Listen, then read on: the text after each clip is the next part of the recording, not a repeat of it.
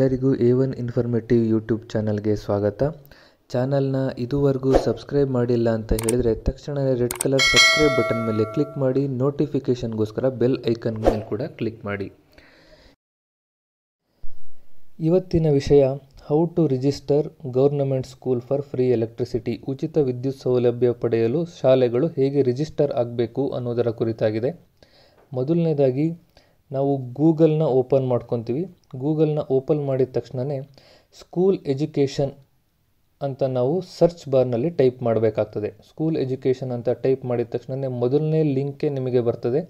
ಅಲ್ಲಿ school education Karnataka ಸರ್ಕಾರ ಎನ್ನುವಂಥ ಒಂದು ಲಿಂಕ್ ಬರ್ತದೆ. ಆ ಲಿಂಕ್ ಮೇಲೆ ನೀವು ಕ್ಲಿಕ್ ಮಾಡಿ. ಕ್ಲಿಕ್ ಮಾಡಿದಾಗ ಸ್ಕೂಲ್ ಎಜುಕೇಷನ್ ವೆಬ್ಸೈಟ್ ಓಪನ್ ಆಗ್ತದೆ. ಈ ಸ್ಕೂಲ್ ಎಜುಕೇಷನ್ ವೆಬ್ಸೈಟ್ನ ಕೆಳಗಡೆ ಇತ್ತೀಚಿನ ಸುದ್ದಿಗಳು ಅನ್ನುವಂಥ ಒಂದು ಕಾಲಮ್ ಇದೆ. ಆ ಕಾಲಮ್ನ ಕೆಳಗಡೆ ನಿಮಗೆ ಒಂದು ವಿದ್ಯುತ್ ಸಂಪರ್ಕಕ್ಕೆ ಇಲ್ಲಿ ಕ್ಲಿಕ್ ಮಾಡಿ ಅಂತ ಒಂದಿದೆ, ಶಾಲೆಗಳ ವಿದ್ಯುತ್ ಸಂಪರ್ಕಕ್ಕೆ. ಆ ಮಾಹಿತಿ ಮೇಲೆ ನೀವು ಕ್ಲಿಕ್ ಮಾಡಿದರೆ ಆಟೋಮೆಟಿಕ್ಕಾಗಿ ಉಚಿತ ವಿದ್ಯುತ್ಗೆ ರಿಜಿಸ್ಟರ್ ಆಗುವಂಥ ಒಂದು ಫಾರ್ಮ್ ತೆಗೆದುಕೊಳ್ತದೆ. ನೋಡಿ, ಈ ರೀತಿಯಾದಂಥ ಒಂದು ಸಿಂಪಲ್ ಆದ ಫಾರ್ಮ್ ತೆಗೆದುಕೊಳ್ತದೆ. ಇಲ್ಲಿ ಬೇಸಿಕ್ಕಾಗಿ ಶಾಲೆಯ ಮಾಹಿತಿಯನ್ನು ಎಂಟ್ರಿ ಮಾಡಬೇಕಾಗ್ತದೆ. ಜಸ್ಟ್ ನೀವು ಶಾಲೆಯ UDIS ಕೋಡ್ ಏನಿದೆ, ಆ UDIS ಕೋಡನ್ನು ನೀವು ಎಂಟ್ರಿ ಮಾಡಿದರೆ ಆಟೋಮೆಟಿಕ್ಕಾಗಿ ಶಾಲೆಯ ಇನ್ನುಳಿದ ಎಲ್ಲ ಮಾಹಿತಿಗಳು ಕೂಡ ಫೆಚ್ ಆಗುತ್ತೆ. ಮೊಬೈಲ್ ನಂಬರ್, ತಾಲೂಕು, ಡಿಸ್ಟ್ರಿಕ್ಟ್ ಎಲ್ಲ ಕೂಡ ಫೆಚ್ ಆಗುತ್ತೆ. ಮತ್ತು ತಕ್ಷಣವೇ OTP ಯನ್ನು ಕೂಡ ಕೇಳುತ್ತೆ. ಆ ರಿಜಿಸ್ಟರ್ ಆಗಿರೋ ನಂಬರ್ಗೆ OTP ಬರ್ತದೆ.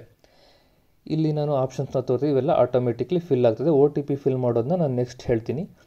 ಆ OTP ಫಿಲ್ ಮಾಡಿದ ನಂತರ ನಿಮಗೆ ಕೆಳಗಡೆ ಎಸ್ಕಾಮ್ ಡೀಟೇಲ್ಸ್, ಎಸ್ಕಾಮ್ನವರ ಮಾಹಿತಿ ಕೇಳುತ್ತೆ. ಎಸ್ಕಾಮ್ನ ಹೆಸರು ಮತ್ತು ಅಕೌಂಟ್ ನಂಬರ್ ನಮೂದಿಸಬೇಕಾಗುತ್ತೆ. ಎಸ್ಕಾಮ್ನ ಹೆಸರು ಮತ್ತು ಅಕೌಂಟ್ ನಂಬರ್ ನೀವು ನಮೂದಿಸಿದರೆ ನೇಮ್ ಮತ್ತು ಅಡ್ರೆಸ್ ಆಟೋಮೆಟಿಕ್ಕಾಗಿ ಅದೇ ತಗೊಳುತ್ತೆ. ಇದು OTP ಆದ ನಂತರ ಮಾಡುವಂಥ ಕೆಲಸ. ಎಸ್ಕಾಮ್ ಡೀಟೇಲ್ಸ್ನ, ಅಕೌಂಟ್ ನಂಬರ್ನ ನೀವು ಎಂಟ್ರಿ ಮಾಡ್ತೀರ ಬಿಲ್ನಲ್ಲಿರುವಂಥದ್ದು. ಅದು ಎಂಟ್ರಿ ಮಾಡಿದ ನಂತರ ನೇಮ್ ಮತ್ತು ಅಡ್ರೆಸ್ ಅದೇ ಆಟೋಮೆಟಿಕ್ಕಾಗಿ ತಗೊಳ್ತದೆ. ಕೊನೆಯಲ್ಲಿ ಡಿಕ್ಲರೇಷನ್ ಅಂತ ಒಂದಿದೆ. ಆ ಡಿಕ್ಲರೇಷನ್ನಲ್ಲಿ ಐ ಅಗ್ರಿ ಎನ್ನುವಂಥ ಚೆಕ್ ಬಾಕ್ಸ್ ಮೇಲೆ ನೀವು ಕ್ಲಿಕ್ ಮಾಡಿ. ಐ ಅಗ್ರಿ ಎನ್ನುವಂಥ ಚೆಕ್ ಬಾಕ್ಸ್ ಮೇಲೆ ಕ್ಲಿಕ್ ಮಾಡಿ ಕೆಳಗೆ ಕಾಣ್ತಿರುವಂಥ ನಂಬರ್ ಅಥವಾ ಕ್ಯಾಪ್ಚಾಗಳನ್ನು ನೀವು ಎಂಟ್ರಿ ಮಾಡಿ. ಎಂಟ್ರಿ ಮಾಡಿದ ನಂತರ ಹಸಿರು ಬಣ್ಣದಲ್ಲಿ ಕಾಣ್ತಿರುವಂಥ, ಗ್ರೀನ್ ಕಲರಲ್ಲಿ ಕಾಣ್ತಿರುವಂಥ ಸಬ್ಮಿಟ್ ಬಟನ್ ಏನಿದೆ, ಆ ಸಬ್ಮಿಟ್ ಬಟನ್ ಮೇಲೆ ಕ್ಲಿಕ್ ಮಾಡಿದರೆ ನಿಮ್ಮ ರಿಜಿಸ್ಟ್ರೇಷನ್ನ ಮೊದಲನೇ ಹಂತ ಪೂರ್ಣವಾಗ್ತದೆ. ಇದೇ ಮೇಜರ್ ಹಂತ. ಈ ಮೊದಲನೇ ಹಂತ ಪೂರ್ಣವಾಗ್ತದೆ. ಇದಾದ ನಂತರ ನಾನೀಗ OTP ಹೇಗೆ ಬರುತ್ತೆ ಅನ್ನೋದನ್ನು ತೋರಿಸ್ಕೊಡ್ತೀನಿ. ನೋಡಿ, ನೀವು ಡೈಸ್ ಕೋಡ್ ಎಂಟ್ರಿ ಮಾಡಿದ ತಕ್ಷಣ ಶಾಲೆ ನಂಬರ್ ಎಲ್ಲ ಫೆಚ್ಚಾಗಿ ಈ ಥರ OTPಗೆ ಒಂದು ಪಾಪಪ್ ಓಪನ್ ಆಗುತ್ತೆ, ವ್ಯಾಲಿಡೇಟ್ OTP ಅಂತ. ಇಲ್ಲಿ ನಿಮಗೆ ಮೊಬೈಲ್ ಸಂಖ್ಯೆಗೆ ಬಂದಿರುವಂಥ OTPಯನ್ನು ಎಂಟ್ರಿ ಮಾಡಿ ವ್ಯಾಲಿಡೇಟ್ ಮಾಡಬೇಕು. ವ್ಯಾಲಿಡೇಷನ್ ಸಕ್ಸಸ್ಫುಲ್ ಅಂತ ಬರ್ತದೆ. ಬಂದಿರುವಂಥ OTPಯನ್ನು ನಾನೀಗ ಎಂಟ್ರಿ ಮಾಡ್ತಾ ಇದ್ದೀನಿ. OTPಯನ್ನು ಎಂಟ್ರಿ ಮಾಡಿ ಸಬ್ಮಿಟ್ ಕೊಟ್ಟರೆ ವ್ಯಾಲಿಡೇಟ್ ಆಗ್ತದೆ. ವ್ಯಾಲಿಡೇಟ್ ಆದಮೇಲೆ ಈಗಾಗಲೇ ನಾನು ತಿಳಿಸ್ದೆ, ಎಸ್ಕಾಮ್ ಡೀಟೇಲ್ಸ್, ಎಸ್ಕಾಮ್ ಹೆಸರು, ಅಕೌಂಟ್ IDಯನ್ನು ಹಾಕಿದರೆ ಮುಂದಿನ ಪ್ರೊಸೆಸ್ ಕಂಟಿನ್ಯೂ ಆಗ್ತದೆ. ನನಗೆ ಆ ಮಾಹಿತಿ ಎಲ್ಲ ಅಪ್ಡೇಟ್ ಮಾಡ್ತೀನಿ. ಮಾಡಿ ಸಬ್ಮಿಟ್ ಮಾಡಿದ ನಂತರ ನಿಮಗೆ ಈ ರೀತಿಯಾದ ಪುಟ ತೆರೆದುಕೊಳ್ತದೆ. ಮೀನ್ಸ್ ಫಸ್ಟ್ ಸ್ಟೇಜ್ನಲ್ಲಿ ಮಾಹಿತಿ ಸಬ್ಮಿಟ್ ಆಗಿದೆ.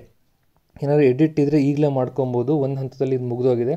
ಇಲ್ಲ, ಬಂದಿರುವಂಥ ಮಾಹಿತಿ ಸರಿ ಇದೆ ಅಂತ ಇದ್ದರೆ ಮತ್ತೊಂದು ಗ್ರೀನ್ ಕಲರ್ ಸಬ್ಮಿಟ್ ಬಟನ್ ನಿಮಗೆ ಕಾಣಿಸುತ್ತೆ.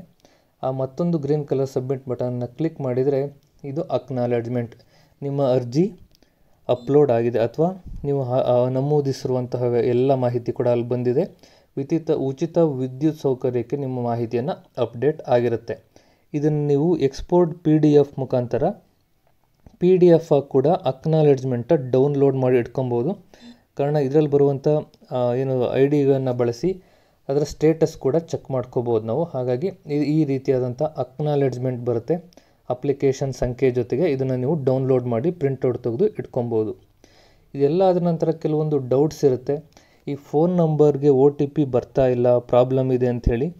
ಮೇಜರಾಗಿ ನೀವು ಮಾಡಬೇಕಾಗಿರೋದು ಸ್ಟ್ಯಾಟ್ಸ್ಗೆ ಹೋಗಿ, ಸ್ಟೆಪ್ಸ್ನ ನಾನಿಲ್ಲಿ ತೋರಿಸಿದ್ದೀನಿ. ಸ್ಟ್ಯಾಟ್ಸ್ಗೆ ಹೋಗಿ ಸ್ಕೂಲ್ ಮ್ಯಾನೇಜ್ಮೆಂಟ್ ಅನ್ನುವಂಥ ಆಪ್ಷನಲ್ಲಿ UDIS ಪ್ಲಸ್ ಇದೆಯಲ್ಲ, ಆ UDIS ಪ್ಲಸ್ನ ಸ್ಕೂಲ್ ಪ್ರೊಫೈಲ್ನಲ್ಲಿ HM ನೇಮ್, ಮೊಬೈಲ್ ನಂಬರನ್ನು ಎಂಟ್ರಿ ಮಾಡಿ ಅಪ್ಡೇಟ್ ಮತ್ತು ವ್ಯಾಲಿಡೇಟ್ ಮಾಡಿ. ಈ ವಿಡಿಯೋ ನಿಮಗೆ ಇಷ್ಟ ಆಗಿದೆ ಅಂತ ಭಾವಿಸ್ತೀನಿ. ಇಷ್ಟ ಆಗಿದ್ರೆ ಲೈಕ್, ಶೇರ್, ಸಬ್ಸ್ಕ್ರೈಬ್ ಮಾಡಿ ನಮ್ಮ ಯೂಟ್ಯೂಬ್ ಚಾನಲನ್ನು.